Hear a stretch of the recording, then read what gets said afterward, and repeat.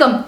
விண்ணக தேவரும் நன்னவும் மாட்டா விழுப்பொருளே உன் தொழு படியோங்கள் மண்ணகத்தே வந்து வாழச் செய்தானே வண்திரு பெருந்துரையாய் வழிகடியோம் கண்ணகத்தே நின்று களி தரும் தேனே கடலமுதே கரும்பே பிரும்படியார் எண்ணகத்தாய் உலகுக்கு உயிரானாய் எம்பெருமான் பள்ளி எழுந்தருளாயே.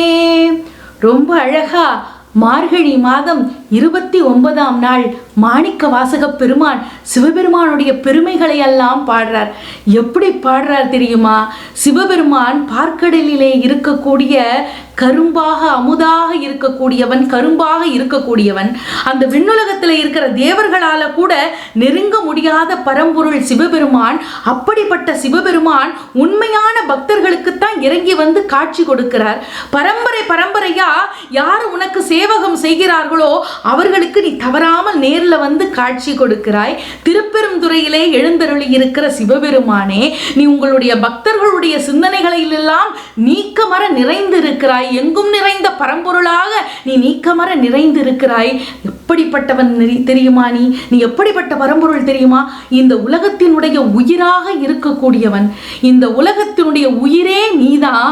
இந்த உலகம் நீ கண் விழிக்கலன்னா இயங்காம போயிடும், நடக்காம போயிடும். இந்த உலகமே உன்னை நம்பிதான் இருக்கு. அதனால சிவபெருமானே, எம்பெருமானே, நீ சீக்கிரம் எழுந்து எங்களெல்லாம் பாரு, கண் விழிச்சு பாரு, அப்பதான் இந்த உலகமே இயங்கும் அப்படின்னு ரொம்ப அழகா மாணிக்க வாசக பெருமான் சிவபெருமான் எப்படி மூல முழுமுதற் பொருளாக பரம்பொருளாக காட்சி தரார் அப்படின்னு அழகா பாடியிருக்கார். ஒரு முறை ஒரு பெரிய அசுரன், ரொம்ப கொடுமையானவன். அவன் விலங்குகளை மட்டும் சாப்பிட மாட்டான், மனிதர்களையும் சாப்பிடக்கூடியவன். அவனை பார்த்து எல்லாரும் பயந்து ஓடுனாங்க. ஒரு அம்மா மட்டும் வாசல்ல நின்றுட்டு இருந்தா, பயந்து ஓடாம.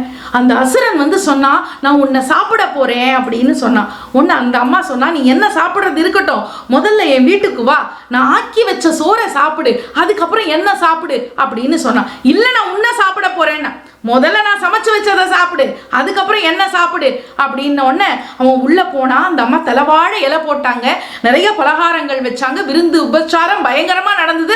அவனும் நல்லா சாப்பிட்டு ஏப்ப விட்டுட்டு சரி நான் கிளம்புறேன் அப்படின்னா. உடனே அந்த அம்மா சொன்னா, சாப்பிட்டதுக்கு அப்புறம் என்ன சாப்பிட்றேன்னு சொன்னியே, சாப்பிடலையா அப்படின்னா. உடனே அவன் சொன்னா, எனக்கு வயிறு நிறைஞ்சு போச்சு, இதுக்கப்புறம் எதுவும் வேண்டாம்மா அப்படின்னு சொன்னான். அப்போ நல்லா பார்த்துக்கோங்க, ஒரு மனிதன் பசியினுடைய தேவை அதிகமாக இருக்கும்போது அவன் தவறுகளை செய்கிறான். அவனுடைய தேவை பூர்த்தியானதுக்கு பிறகு அவன் சாதாரண மனிதனாகிடுறான். ஒரு அசுரனை கூட மனிதனாக மாற்றக்கூடிய சக்தி அவனுடைய தேவை பூர்த்தியாகும் போது நடக்குது. அதே மாதிரி தான் நாமும் பக்தி என்கிற பசியில் இருக்கோம், அறியாமையில் தெளிச்சிட்டு இருக்கோம், பக்தியை தேடி போயிட்டு இருக்கோம்.